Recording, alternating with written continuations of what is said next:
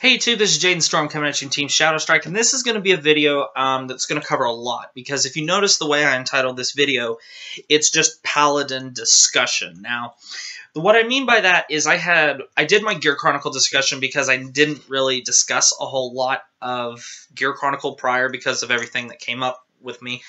So I had 3 people who asked me Paladin-related questions, so instead of making 3 different videos, I thought I would just take all of it and mold it into one video so I could cover all of it.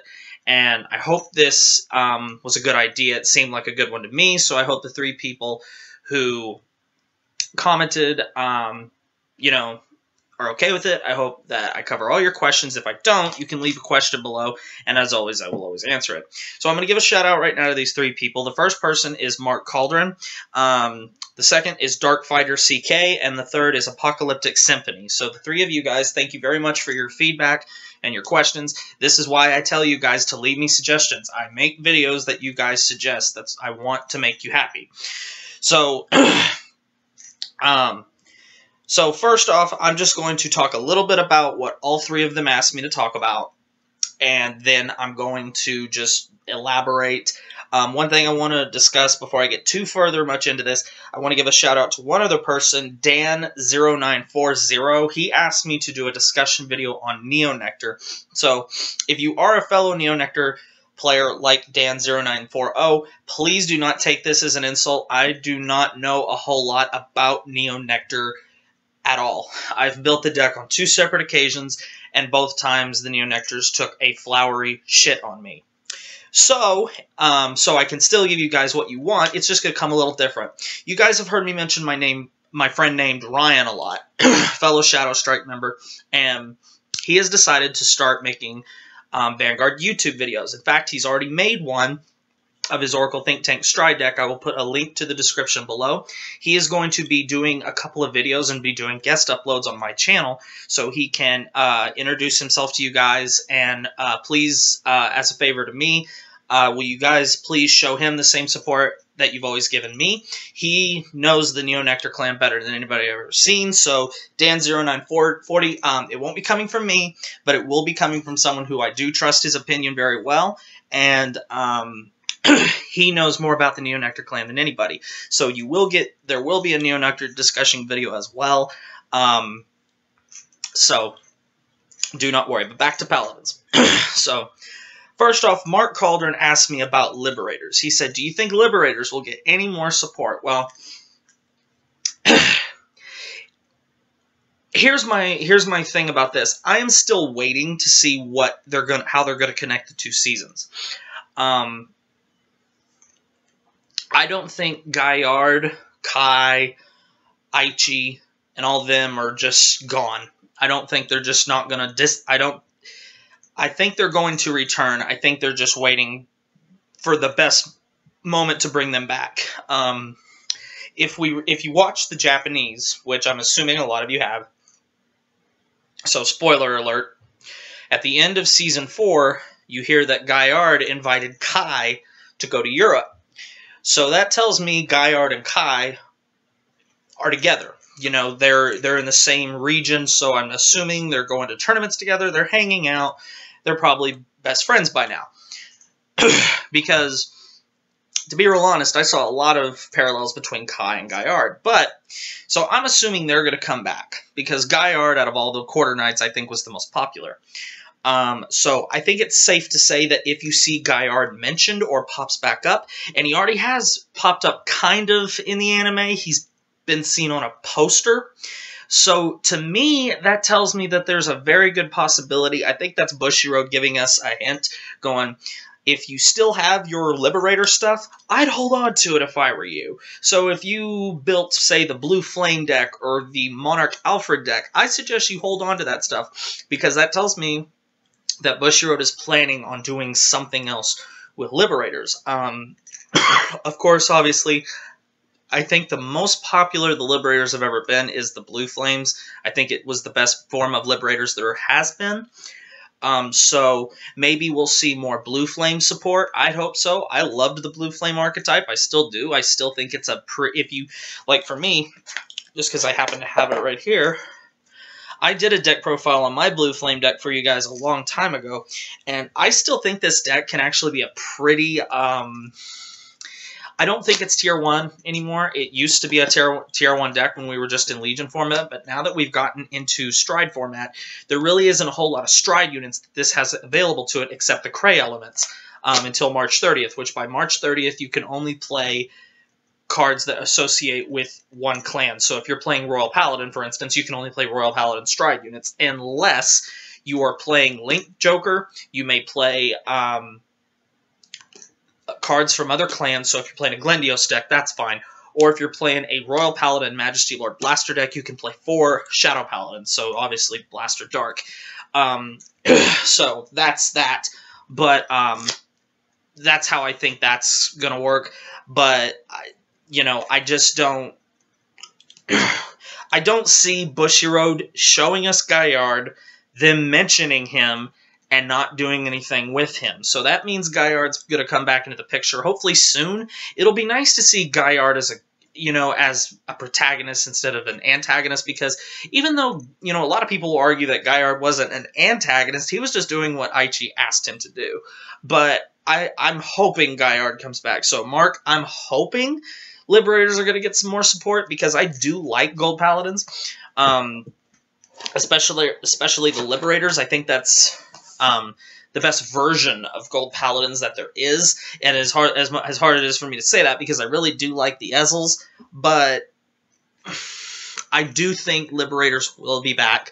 So to those of you out there who have, you know, old Liberator decks or Monarch Alfred stuff and, you know, things like that, I would just sit on it, because it's safe to say that they might bring that back. I just wouldn't shove it in your trade book and trade it away real easily. I wouldn't try and sell it. I would hold on to it. Vanguard, as of late, has rewarded people who has held on to their older stuff.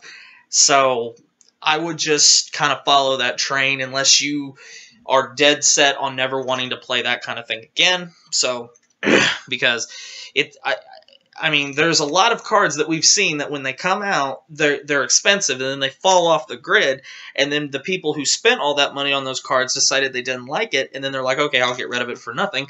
And then when it gets more support, all of a sudden people want it again, and then it goes through the roof because of the new support. So, Liberators, will they get future support? Strong possibility. So, Mark, I would assume they will. I mean, we don't know a whole lot about Set 3 yet. All we know is that Gold Paladin stuff will be in it. So we might find out that Liberator stuff is going to be in Set 3. So we do know Gold Paladin is getting new support. We just don't know if it's Liberators or if it's just going to be stuff that you can mix with Liberators. So Gold Paladin will get more support. We just don't know if it'll be focused on the Liberator archetype. So hope that answers your question, Mark. If there's something I left out, feel free to mention it in the comment section below, or leave another question, and I'll be happy to answer it in the comments. Next, I'm going to go over to Darkfighter CK. Now, Darkfighter CK, I want to apologize, especially to you, because I think you asked me to talk about this on 2 separate occasions, and I might have overlooked it. I may have forgot it, you know, whatever. But I apologize for that, because I recognized your comment when I was looking through all this. He asked me, on my opinion, and to talk about the Shadow Paladin legendary Renzu Zugamori deck. Now, I have right here, I pulled up the stuff on the Cardfight Wiki, which is where you can get all your information about the new releases. So, okay, so we do have a release date for this finally. It is June 19th of this year. So we're still in March, so this is still a little ways away.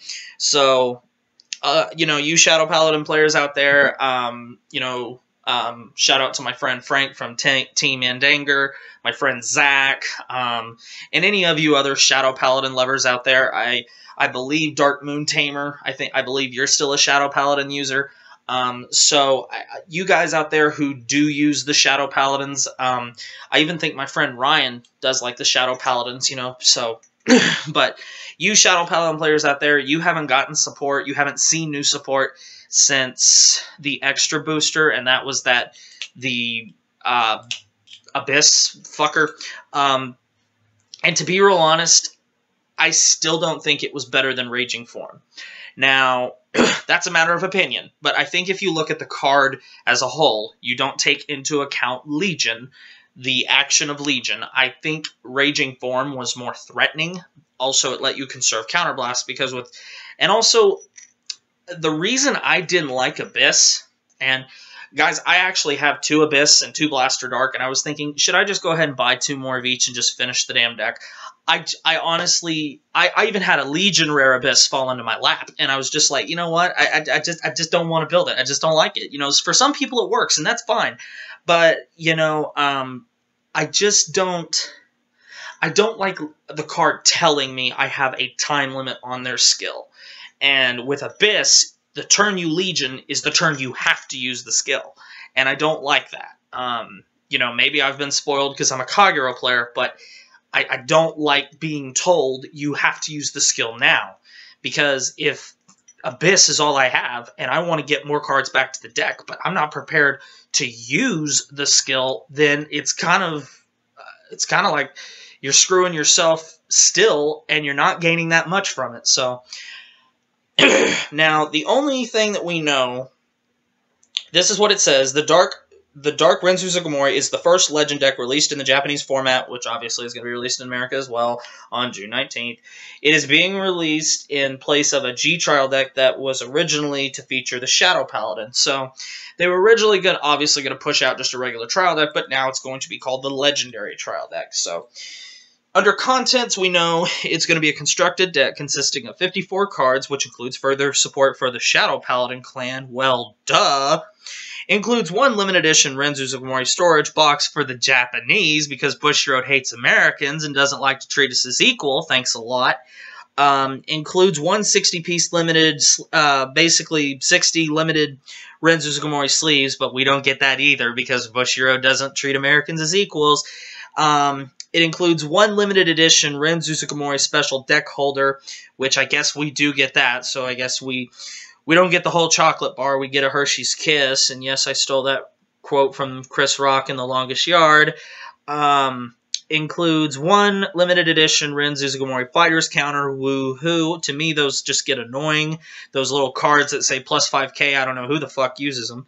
Includes 1 playmat. That's interesting. You know, to me, I don't think on the trial decks I don't know if they've always said they include a playmat or not. To me, it's probably a paper mat, so don't get too excited over that. Includes 1 Dark Knight Grim Recruiter in triple rare, which is one of their G units, which I'll read his effect in a minute in case you haven't heard it. You'll also get what is the English version. Ooh, we get something that's exclusive. We get a hot stamp card is inserted into random decks, whatever the fuck that means. And let's see, the original price is 3,500 yen. 3,500 yen, that means it's roughly 29. It'll be about 30 bucks in American money in dollars if my conversions are correct. Okay, Dark Knight Grim, if you want to look this up so you can actually see the picture, basically what it looks like is, if you remember the Revenger trial deck that had Mordred Phantom, this looks like one of the other grade 3s that came in that deck, only as a G unit, and it actually looks pretty freaking cool. His ability is Stride, obviously. When this unit's attack hits a Vanguard, search your deck for up to 1 grade 1 or less card, call it to rear guard, and shuffle your deck. So he's just basic, you know. Every deck has that generic G unit, you know. So the cards. Okay, here's the cards that have been confirmed. Go up. Dark Dragon, Phantom Blaster, Diablo. I believe that is a G unit. I'm going to click on it. We don't know anything. It certainly looks like a G unit in my... Yeah, it's a Stride card. It is a Stride card. The effects are, however, unknown at this time. So if you really want to find out what he does, I suggest you keep your eye on it. Blaster Dark Diablo. He looks something like that. That's what that's the picture they have on the wiki right now. Looks actually pretty cool. We don't know anything about him. If I had to guess, he's going to be the the stride break or the heart break, I've also heard him called. I think I heard my friend Ryan say that in his Oracle Think Tank stride deck deck profile. But so, and then let's see, it's what's also been confirmed is a young Skull Witch Nemain. That's what it looks like. We do not know what she does either. Oh, it's a Sentinel! Okay, so Nemain is the new Perfect Guard. I like it. Okay, I might build Shadow Paladins again just because Nemain is the Perfect Guard. Okay, let's see. We have 3 cards that we actually know what they do, so I'll go through those real quick. Dark Great Mage Badahabakar. The way I've always pronounced this guy's name is Dark Mage Bodakar. So that's what he looks like. And let's see, what does he do? Generation Break 1. Wait a minute, is he 11k? Oh, he's a Stride Break, so he must be the common Stride Break.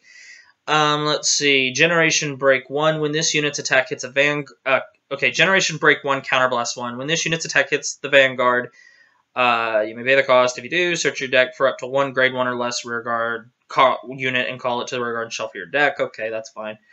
That's not that great, but it's going... Let's see, you're only going to get... How many of those you're going to get? It's a grade 3. We don't know how many we're going to get. Dark Knight Maiden Matcha. This is a grade 2 that it does say we're going to get 4 of this card. That's what she looks like. And her effect is Generation Break 1. When this unit's attack hits a Vanguard, if this unit is boosted, you may Counterblast 1 and search your deck for up to 1 grade 1 card, call it to rearguard, shuffle your deck. So, we see a little bit of a pattern here. And the other card we have announced is Full Bow Brave. If you notice it's signed there, it might be the sign card in the deck. I don't know. So, obviously it's the starter. It's Forerunner. Generation Break 1.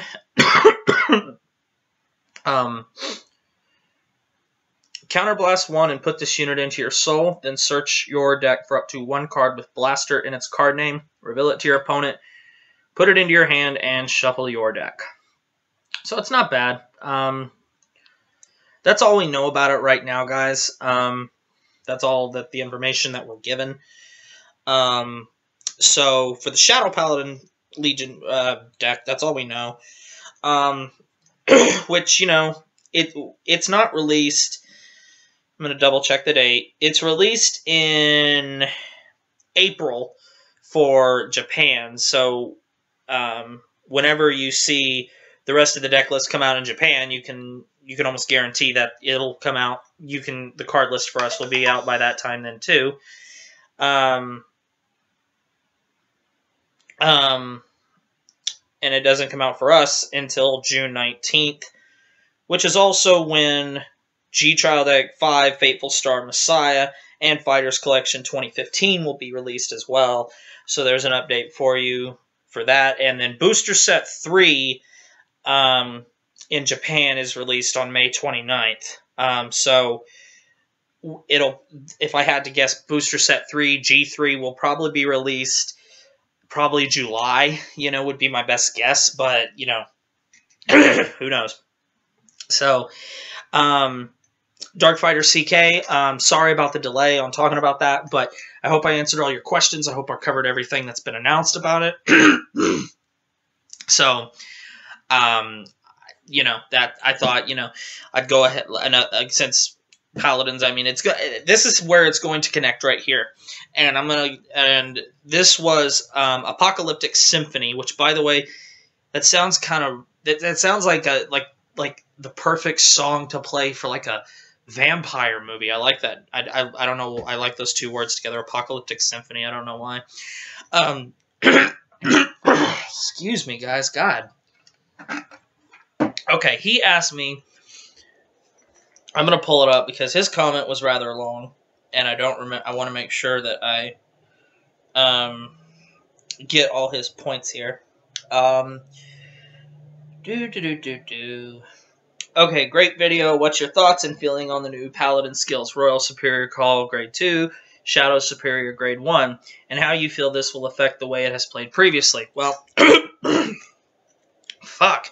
Apocalyptic Symphony, here's my thoughts on that. Well, going all the way back to the original Blaster Blade and the original Blaster Dark, Blaster Blade's skill could activate when he was placed on the Vanguard, as was Blaster Dark, but the difference was his Blaster Blade could retire Grade 2 and up if he was placed on a rear guard.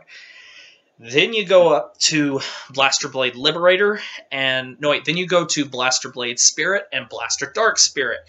Blaster Blade Spirit retired Grade 2s, Blaster Dark Spirit's retired less than that. Then you go to Blaster Blade Liberator and Blaster Dark Revenger. They did the same thing in retiring in the front row. And then you go to Future, Blaster Blade Seeker retired Grade 2, and Blaster Dark Abyss retired Grade 1. So we haven't heard anything about Blaster Blade yet. Nor if we know if we will. But Blaster Dark, I think this is the first time that we hear about Blaster Dark before Blaster Blade. Now, Ren has already popped up in the show. If you remember, it was that one episode, I think, where Chrono is showing Jaime or Jamie or whatever you want to call him around, and you see Ren walk by and he's eating something on a stick. But that's we've seen him that one time. I don't know. I'm hoping he'll pop up and actually, talk. He's asking me, what do you think this is going to be a thing? Well, this is what got me thinking about it. Was, okay, Royal Paladins called Grade 2s, Shadow Paladins called Grade 1s. If you haven't heard by now, on March 30th, I think I've already said this, but on March 30th, that's when you cannot mix clans anymore. Aside from the known Link Joker and Majesty Lord Blaster variants. Then, also, they're going to have Extreme Fight, which is where you can do whatever the fuck you want. You literally just throw everything together that you want, just make it work. I'm thinking they're now starting to think, okay, we can start setting out cards to make Extreme Fight decks a thing. Because now, Royal and Shadows, they've always seemed somehow to mirror each other. Or been closely similar, you look at Blaster Blade Liberator and Blaster Dark Revenger. They copied each other. If they were rode or called, you retired something in the front line. But then you go to Seeker and Abyss. Seeker retired Grade 2s, and Abyss retired Grade 1 and less. So, it makes me wonder, are they starting to create things that will mesh together in Extreme Fight decks? Because Royal Paladin has finally got back to their roots of just superior calling like crazy. 1 second, guys.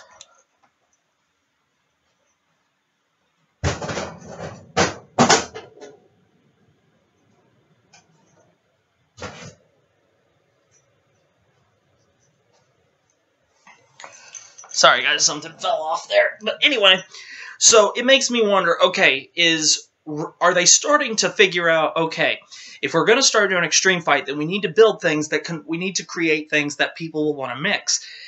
So if you're a Royal Paladin player and you're looking for something for these Extreme Fight tournaments that are supposedly going to start coming up, you would want to invest in Shadows as well, so when you can go to an Extreme Fight tournament, you can mix the two of them. So it makes me think, that this is going to be a continuous thing. So I can see why they're doing this, if that's their reason, but also at the same time, Royals and Shadows have always mirrored each other. They were the same or they were the exact opposite. So if it's just they're the exact opposite, well, then they're just following what they did with the Seekers and the Abysses. So it's anyone's guess. Now, so it's kind of like, what do you think they're doing? But to me, honestly, I think they're opening the door for either way. Because if they do decide to where, okay, we're going to start creating cards to allow Extreme Fight decks to be easier to build, and mixing clans other than Majesty and Glendios decks, obviously, Or are we just continuing with our usual thread where Royals go this way and Shadows go this way, or they're exact copies, and then Gold Paladin's just here in the middle? Now, back to Mark Cauldron, Liberator's getting future support. The only thing that I've seen announced for Gold Paladin is I think I've seen one... I know I've seen an Ezel G unit, and I cannot remember what his name was, but I believe his skill was when you stride into him, if you persona flip, you flip over a copy of him face up in the G zone, and then if you have at least 2 or more cards face up in the G zone, you unlock all your locked cards, and then you superior call the top card of your deck, and then that card that you superior called and Ezel both gain the amount of power equal to the card's power that you superior called. So say if you have your Ezel G unit and you superior call an 8k vanilla, both the 8k vanilla and Ezel both gain 8k for that turn, and also I think the Ezel also has the ability of getting 1000 power for every other rear guard, because that's just been generically how Ezel's always been. So that's all we really know for Gold Paladin. Like I said, they're getting more support in set 3. But I don't think they've announced any cards for G Booster set 3 yet. But I'll look through here real quick. No, they have not. Confirmed cards, we have Galloping Gold Knight Campbell. It is a Gold Paladin card. It's a grade 4, so it's a G unit, obviously. And do we know its ability? Yes, we do. We do know its ability. Stride. When this unit's attack hits a Vanguard, look at the top 5 cards from the top of your deck, search for up to 1 card from among them, call it to rear guard, doesn't have to be open, shuffle your deck, and that unit gets plus 2k. That's what he looks like right there.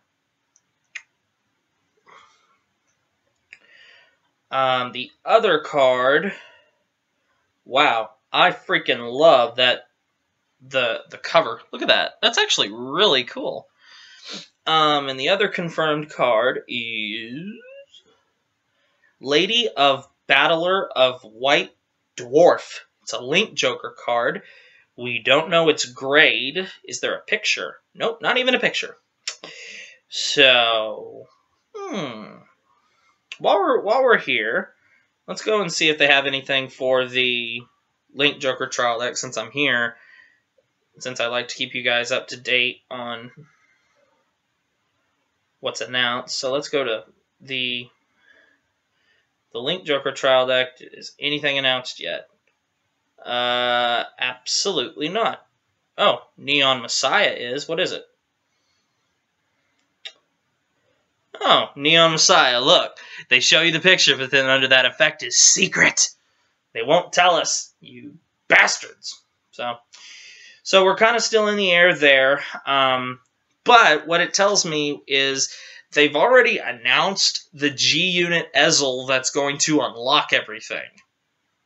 So that leads me to believe that Link Joker is, if they're already announcing the unlocker before we even know the locking abilities, that's kind of scary to think about. So if you guys are, wondering if Link Joker is going to get, more support, well, we already knew they were, but if you're wondering if it's going to be good since they've already announced Ezel first, that leads me to believe that they're not going to let Link Joker just run around from the beginning without having something out there that they need to fear. Because if you remember when Link Joker was originally announced, they had a trial deck set 12 and set 13 before they did anything to counter them. So now, before we even know the new Link Joker support, we're just going to we're just going to make a new Ezel G unit, and we're just going to set this right here and let all the Link Joker players know, okay, before you even see your new shit, we're going to show you this. So,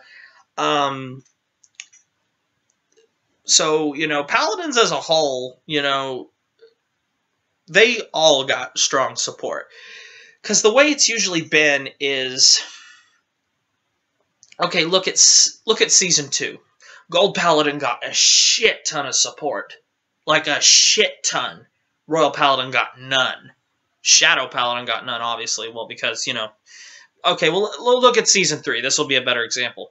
Season 3, Gold Paladin, lots of support because Aichi was using it. Royal Paladin, they got the Jewel Knights. Cricket chart.